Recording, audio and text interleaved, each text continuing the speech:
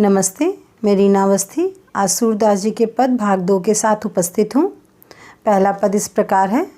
उद्धो तुम हो अति बड़ भागी, अपरस रहत स्नेह तगाते, नाहिन मन अनुरागी।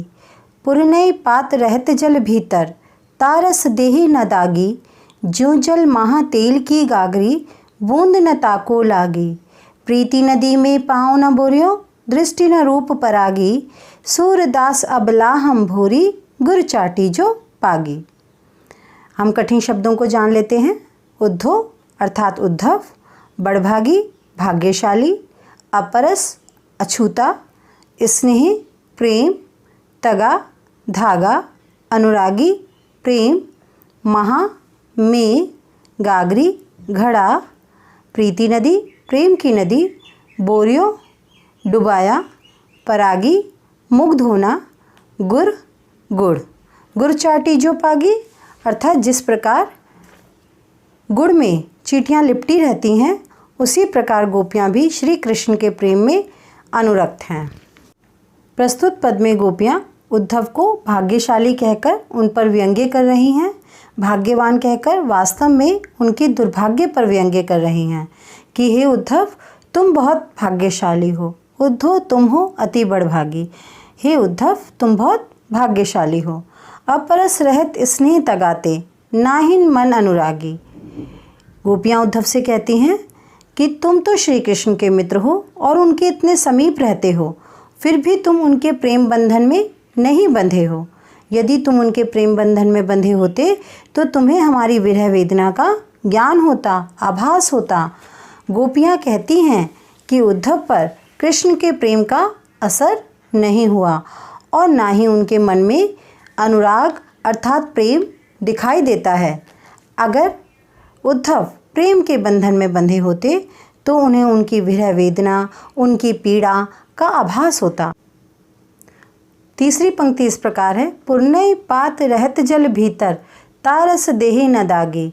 पुरनय कमल, पात पत्ता, जिस प्रकार कमल सरोवर के जल में भी रहकर जल से अछूता रहता है अर्थात कमल की पत्तियां बहुत चिकनी होती हैं और जल के अंदर रहने पर भी उन पर पानी नहीं ठहरता, उनकी पत्तियों पर पानी नहीं ठहरता, उसी के माध्यम से गोपियां कहती हैं कि तुम भी कमल के पत्तियों की तरह हो कि तुम पर भी कृष्ण रूपी सरोवर के प्रेम जल में रहकर भी तुम्हारे हृदय में अनुराग प्रेम उत्पन्न नहीं हुआ।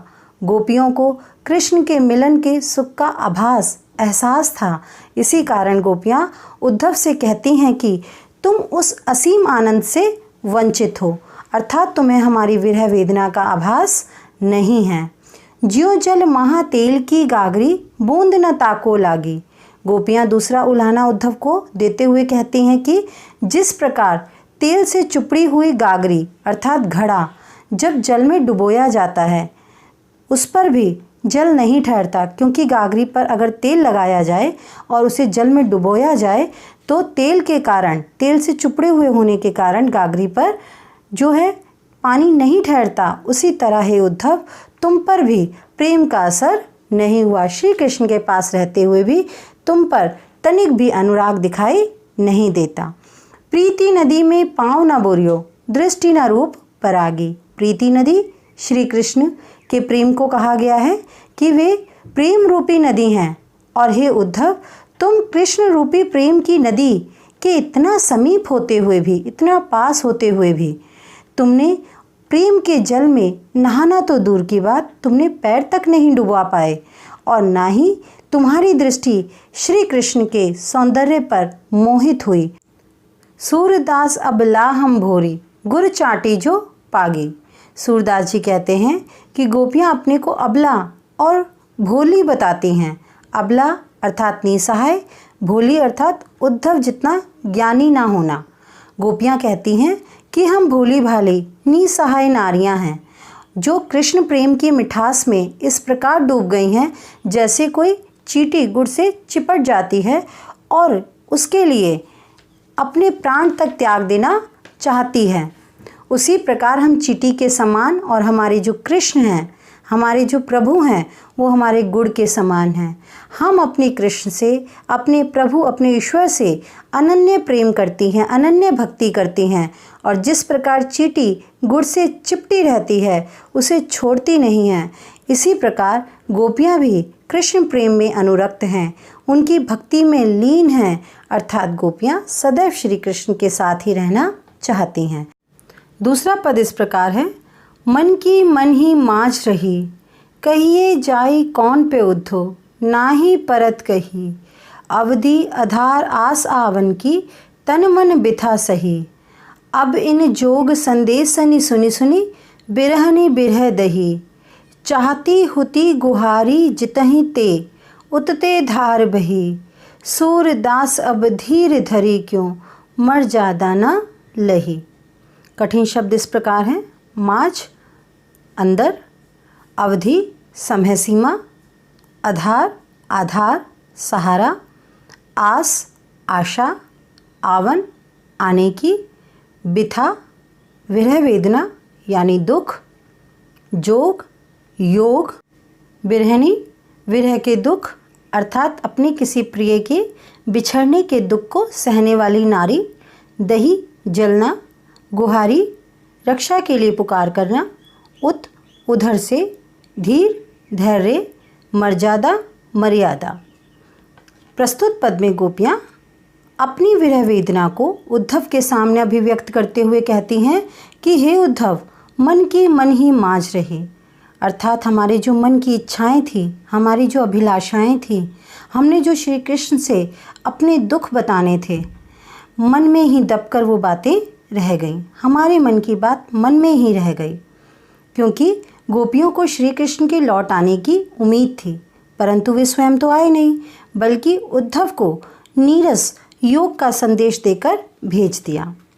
कहिए जाई कौन पे उद्धो, नाही परत कही, अर्थात गोपियाँ लोक लाज के कारण कृष्ण के प्रति अपने प्रेम की अभिव्यक्ति नहीं कर सकती, अपने प्रेम की भावनाएं उद्धव को नहीं कह सकती।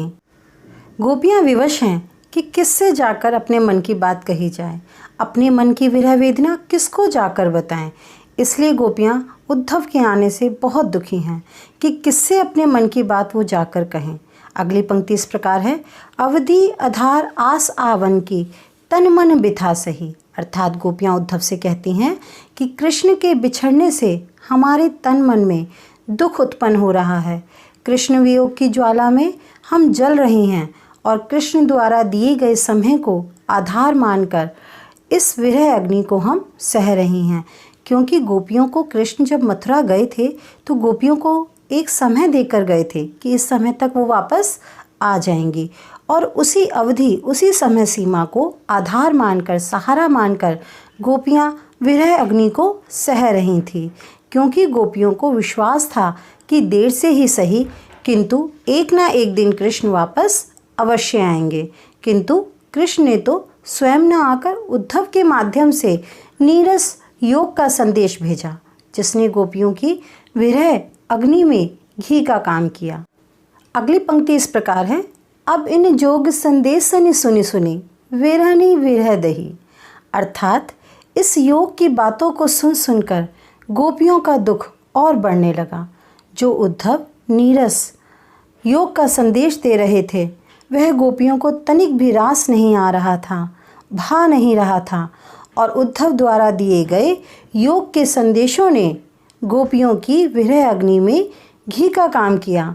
क्योंकि जिस प्रकार घी अग्नि को और प्रज्वलित कर देता है और बढ़ा देता है, उसी प्रकार उद्धव द्वारा दिए गए योग के संदेश ने कृष्ण के आने की आशा को भी समाप्त कर दिया। अर्थात गोपियाँ समझ गईं कि उद्धव जिस प्रकार से ज्ञान का उपदेश दे रहे हैं, योग का उपदेश दे रहे हैं, वह हमें संकेत दे रहे हैं कि अब कृष्ण वापस नहीं आएंगे। उनके उपदेशों को सुन सुनकर गोपियों को ऐसा आभास होने लगा कि अब कृष्ण के आने की आशा समाप्त होती जा रही है।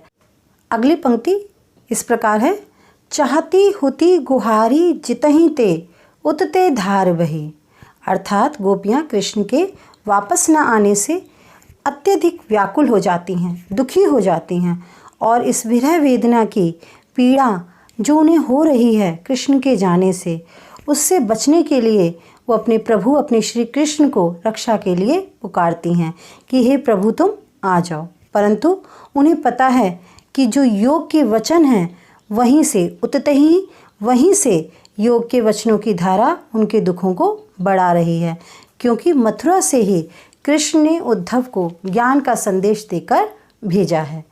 सूरदास अब धीरे धरी क्यों, मर ज्यादा ना लही। गोपियाँ कहती हैं कि जब श्री कृष्ण ने ही प्रेम की मर्यादा को नहीं निभाया तो हम धैर्य क्यों धारण करें, क्योंकि प्रेम मर्यादा के आदान प्रदान में ही है। प्रेम के बदले में प्रेम दिया जाता है। सूरदास जी कहते हैं कि जब कृष्ण ने ही प्रेम की मर्यादा का पालन नहीं किया, ज्ञान का संदेश भेजकर गोपियों के साथ छल किया है, धोखा दिया है उन्हें, क्योंकि कृष्ण को प्रेम की मर्यादा के अनुसार आ जाना चाहिए था, किंतु उन्होंने अपनी प्रेम की मर्यादा को नहीं निभाया, अर्थात स्वयं न आकर उद्धव को ज्ञान का संदेश देकर भेज दिया। सूरदास जी का तीसरा पद इस प्रकार है। हमारे हरि हारिल की लकड़ी, मन क्रम वचन नंद नंदन उर, यह दृढ़ करी पकड़ी, जागत सोवत स्वप्न दिवस निसी, काना काना जकरी, सुनत जोग लागत है ऐसो, जो कुरई ककरी, सूतो ब्याधि हमको ले आए, देखी सुनी ना करी, यह तो सूर तिन्हीं लय सौंपो, जिनके मन चक्री। कठिन शब्द जान लेते हैं। हारिल एक प्रकार का पक्षी, लकड़ी लकड़ी, नंद नंदन नंद के बेटे, और हृदय दृढ़ मजबूती से, निसी रात, जकरी जाप करना, जोग योग, कुरई कड़वी, व्याधि बीमारी या रोग, सौंपो देना, चक्री चक्र की भांति घूमना। प्रस्तुत पद में गोपियाँ श्री कृष्ण के प्रति अपना अनन्य प्रेम, अपनी भक्ति, अपना सानिध्य अभिव्यक्त करते हुए कहती हैं कि हे उद्धव, श्री कृष्ण हमारे एकमात्र सहारा हैं, हम उनसे दूर नहीं रह सकते। पहली पंक्ति इस प्रकार है। हमारे हरि हारिल की लकड़ी। गोपियाँ उद्धव से कहती हैं कि श्री कृष्ण तो हमारे लिए हारिल की लकड़ी के समान है। हारिल एक प्रकार का पक्षी होता है जो अपने पंजों में लकड़ी या एक तिनका मजबूती से जकड़े रहता है। जैसे हारिल पक्षी उड़ते समय अपने पंजों में लकड़ी व तिनका मजबूती से थामे या पकड़े रहता है, उसे विश्वास होता है कि वह लकड़ी उसे गिरने नहीं देगी। और लकड़ी यहाँ किसे बताया गया है? श्री कृष्ण को बताया गया है, और हारिल गोपियों को कहा गया है। उसी प्रकार जिस प्रकार हारिल को लकड़ी पर विश्वास होता है, उसी प्रकार हमें अपने इष्ट देव अपने श्री कृष्ण पर विश्वास है। गोपियों ने श्री कृष्ण के नाम को दृढ़ता से अपने हृदय में बसाया हुआ है। दूसरी पंक्ति इस प्रकार है। मन क्रम वचन नंद नंदन उर, यह दृढ़ करी पकड़ी। अर्थात गोपियाँ कहती हैं कि हमने अपने मन, क्रम और वचन से नंद के बेटे अर्थात श्री कृष्ण को अपने हृदय में पूरी दृढ़ता, मजबूती व आस्था से बसाया हुआ है। अर्थात उनको अपने जीवन का हमने सहारा माना है। उन्हें एक क्षण के लिए भी अपने हृदय से हम नहीं निकाल सकते। हमने कृष्ण के प्रेम को अपने मन में बसाया हुआ है। अगली पंक्ति इस प्रकार है। जागत सोवत स्वप्न दिवस निसी, काना काना जकरी। जागत जागते वक्त, सोवत सोते वक्त, स्वप्न सपने में, दिवस दिन में, निसी रात में, काना काना कृष्ण कृष्ण, जकरी जाप करना।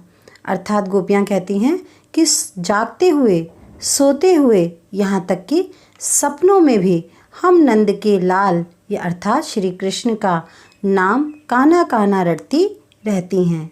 कृष्ण ही उनके लिए सब कुछ हैं। अतः गोपियाँ कृष्ण प्रेम में मग्न हैं। सुनत जोग लागत है ऐसो, जो कुरई ककरी। यहाँ पर गोपियाँ उद्धव को कहती हैं कि हे उद्धव, तुम्हारी नीरस योग की बातें हमें तनिक भी रास नहीं आ रही हैं, हमें पसंद नहीं हैं। उद्धव, जो गोपियों को योग भरी बातें बता रहे थे वह उन्हें कड़वी ककड़ी के समान लग रही थी। जिस तरह कड़वी ककड़ी अरुचिकर होती है, जिसे कोई खाना नहीं चाहता, वह तो सिर्फ त्यागने योग्य होती है। जिस प्रकार कड़वी ककड़ी खाई नहीं जाती, उसी प्रकार उद्धव के नीरस योग ज्ञान भरी बातें सुनी नहीं जाती, अर्थात गोपियों के कानों को कड़वी लगती हैं, जो गोपियां सुनना नहीं चाहती योग का नीरस संदेश। यूँ तो व्याधि हमको ले आए, देखी सुनी ना करी। अर्थात गोपियाँ कहती हैं कि हे उद्धव, तुम तो योग के रूप में ऐसा रोग ले आए जो ना हमने ब्रज में पहले कभी देखा, ना सुना और ना हमने कभी भोगा। यह तो सूर तिन्हीं ले सौंपो जिनके मन चक्री। सूरदास जी कहते हैं कि गोपियाँ क्या कहती हैं उद्धव से कि हे उद्धव, योग का संदेश जाकर उन्हें दे दो, उन्हें सौंप दो, अर्थात जाकर उन्हें सुनाओ जिनका मन चक्री अर्थात चक्र की भांति घूमता रहता है, भटकता रहता है, एक जगह स्थिर नहीं रहता। हमारा मन तो श्री कृष्ण में रमा हुआ है, हम उनके अनन्य भक्त हैं और उनसे असीम प्रेम करते हैं और हमारा मन उनके हृदय में, उनके प्रेम में स्थिर हो गया है। हमें योग की आवश्यकता नहीं है उद्धव, तुम्हारा यह योग संदेश हमें तनिक भी रास नहीं आ रहा। हमारा प्रेम तो एक निष्ठ है। हे उद्धव, ज्ञान मार्ग की जो तुम बातें बता रहे हो, ये ज्ञान मार्ग की बातों से हम बिल्कुल अनजान हैं, हम इसको बिल्कुल नहीं जानते। अतः आप ऐसे लोगों को इसका ज्ञान दीजिए जिनका मन चंचल है, एक जगह नहीं टिकता। हमारा मन तो स्थिर है श्री कृष्ण के प्रेम में। इस ज्ञान के उपदेश का हम पर कोई प्रभाव ना होगा। इसलिए उद्धव, तुम जाओ और किसी ऐसे व्यक्ति को योग का संदेश सुनाओ जिनका मन भटकता हो। तुम्हारी यह कठिन योग साधना हमें अपने प्रिय कृष्ण के प्रति प्रेम मार्ग से नहीं हटा सकती। सूरदास जी का चौथा पद इस प्रकार है। हरि है राजनीति पढ़ी आए, समझी बात कहत मधुकर के, समाचार सब पाए। एक अति चतुर होते पहले ही, अब गुरु ग्रंथ पढ़ाए। बड़ी बुद्धि जानी जो उनकी, जोग संदेश पठाए। उद्धव भले लोग आगे के, परहित डोलत धाए। अब अपने मन फेर पाइए, चलत जो होते चुराए। ते क्यों अनीति करे आपुन, जे और अनीति छुड़ाए। राज धर्म तो यह सूर, जो प्रजा न जाही सताए। कठिन शब्द इस प्रकार हैं। हरि अर्थात कृष्ण, मधुकर भंवरा, बड़ी बुद्धि बुद्धिमान, परहित दूसरों की भलाई के लिए इधर उधर घूमना, अनीति अन्याय, आपुन अपने अपने लोगों पर। प्रस्तुत पद में गोपियाँ उद्धव से कहती हैं कि मथुरा जाने से पहले कृष्ण का व्यवहार बिल्कुल अलग था। वह गोपियों के साथ प्रेम मार्ग पर चल रहे थे। गोपियों के प्रति उनके मन में प्रेम की भावना थी, परंतु मथुरा जाने के बाद तो वह राजनेता जैसा व्यवहार कर रहे हैं, जैसा राजनीति में होता है। अब उनके व्यवहार में परिवर्तन आ गया है और उनके इस परिवर्तन को देखकर गोपियों को क्रोध आ जाता है, क्योंकि कृष्ण ने स्वयं न आकर उद्धव को योग का संदेश लेकर भेज दिया है। पहली पंक्ति इस प्रकार है। हरि हैं राजनीति पढ़ी आए, अर्थात गोपियाँ कृष्ण द्वारा उद्धव को ब्रज भेजना और योग का संदेश देना राजनीति से प्रेरित मानती हैं और कहती हैं कि कृष्ण ने मथुरा जाकर राजनीति सीख ली है, अर्थात कूटनीति, तरह तरह की कूटनीति, तरह तरह की राजनीति सीख ली है। दूसरी पंक्ति, समझी बात कहत मधुकर के, समाचार सब पाए। गोपियाँ भंवरे की ओर देखकर उद्धव से कहती हैं, कृष्ण बहुत चतुर हो गए हैं, अब बहुत चालाक हो गए हैं। वहाँ बैठे बैठे उद्धव तुम्हारे माध्यम से वह हमारा सारा हाल जान लेना चाहते हैं कि हम किस हाल में हैं। एक अति चतुर होते पहले ही, अब गुरु ग्रंथ पढ़ाए। बड़ी बुद्धि जानी जो उनकी, जोग संदेश पठाए। अर्थात गोपियाँ उद्धव से कहती हैं कि कृष्ण पहले से ही बड़े चतुर थे, चालाक थे, लेकिन अब तो उन्होंने राजनीति के बड़े बड़े ग्रंथ पढ़ लिए हैं, इसलिए उनकी बुद्धि भी शायद बढ़ गई है, अर्थात वो और भी बुद्धिमान हो गए हैं। तभी तो हे उद्धव, कृष्ण हमारी पीड़ा अर्थात हमारे दुखों को जानते हुए भी हमारे लिए योग का संदेश उन्होंने भेजा है। क्या वह नहीं जानते कि योग का संदेश सुनकर हमारी विरह वेदना और बढ़ जाएगी? उन्होंने प्रेम के संदेश के स्थान पर हे उद्धव ज्ञान का संदेश भेजा है, परंतु उनके योग संदेश के द्वारा हमने उनकी चतुराई जान ली है। बड़ी बुद्धि जानी जो उनकी, जोग संदेश पठाए। गोपियाँ उद्धव से कहती हैं, कृष्ण अपने आप को बहुत ज्ञानी समझते हैं, यही कारण है कि हमारे लिए नीरस योग उपदेश भिजवाकर हमारी विरह पीड़ा को शांत करने की कोशिश कर रहे हैं, पर हम उनकी चालाकी जान चुके हैं। उद्धव भले लोग आगे के, पर हित डोलत धाय। गोपियाँ उद्धव से कहती हैं कि हे उद्धव, पहले के लोग कितने कल्याणकारी हुआ करते थे, दूसरों के हित के लिए एक स्थान से दूसरे स्थान पर घूमा करते थे, जाया करते थे, लोगों की भलाई के लिए इधर उधर घूमा करते थे। तो भले, और उद्धव तुम भी तो एक भले इंसान की तरह दूसरों के कल्याण के लिए ब्रज में आए हो। अब गोपियाँ उद्धव का पक्ष ले रही हैं कि आपने तो कृष्ण की बात मानी और हमें संदेश देने चले आए, इसलिए आपको हम दोषी नहीं मानते हैं। अब वह सारा गुस्सा, सारा क्रोध कृष्ण पर निकालती हैं और क्या कहती हैं, अब अपने मन फेर पाइए, चलत जो हुते चुराए। गोपियाँ कहती हैं, उद्धव ऐसा लगता है कि कृष्ण का मन बदल गया है, अब वो पहले जैसे नहीं रहे, अब उनमें परिवर्तन आ गया है, वे हमसे दूर रहना चाहते हैं। योग का संदेश सुनकर गोपियों को ऐसा आभास होता है कि शायद कृष्ण के मन में फेर आ गया है, मन बदल गया है और वह उनसे दूर रहना चाहते हैं, इसलिए योग का संदेश उन्होंने भेजा है, तभी तो हमसे मिलने नहीं आए। अब उद्धव कृष्ण से जाकर यह कह दो कि यहाँ से जब वह गए थे तो हमारा मन चुरा कर ले गए थे, हमारा हृदय चुरा कर ले गए थे, अब हमको हमारा हृदय, हमारा मन वापस कर दें। ते क्यों अनीति करे आपुन, जे और अनीति छुड़ाए। गोपियाँ कहती हैं कि कृष्ण मथुरा के राजा तो बन गए हैं, किंतु अपने राजधर्म का पालन नहीं कर रहे हैं। वे प्रजा अर्थात गोपियों के हित की रक्षा करने के स्थान पर, उनकी भलाई करने के स्थान पर उन पर अन्याय कर रहे हैं।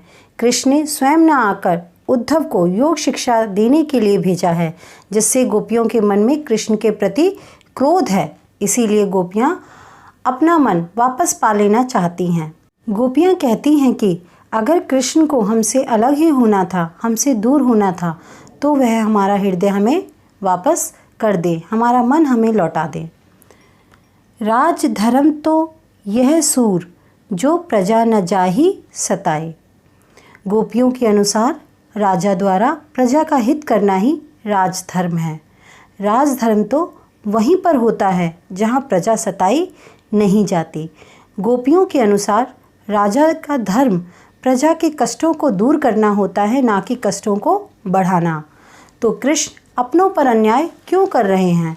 उन्हें हमारे कष्टों अर्थात हमारी पीड़ा को दूर करना चाहिए, यही उनका धर्म है। गोपियों के द्वारा उद्धव को राजधर्म याद दिलाया जाना सूरदास की लोक धर्मिता को दर्शाता है। धन्यवाद। अगर आपको यह वीडियो अच्छी लगी हो तो आप हमारी इस वीडियो को लाइक करें और हमारे चैनल को सब्सक्राइब करें और बेल आइकन को प्रेस करना ना भूलें, जिससे हर वीडियो की नोटिफिकेशन आपको मिल सके।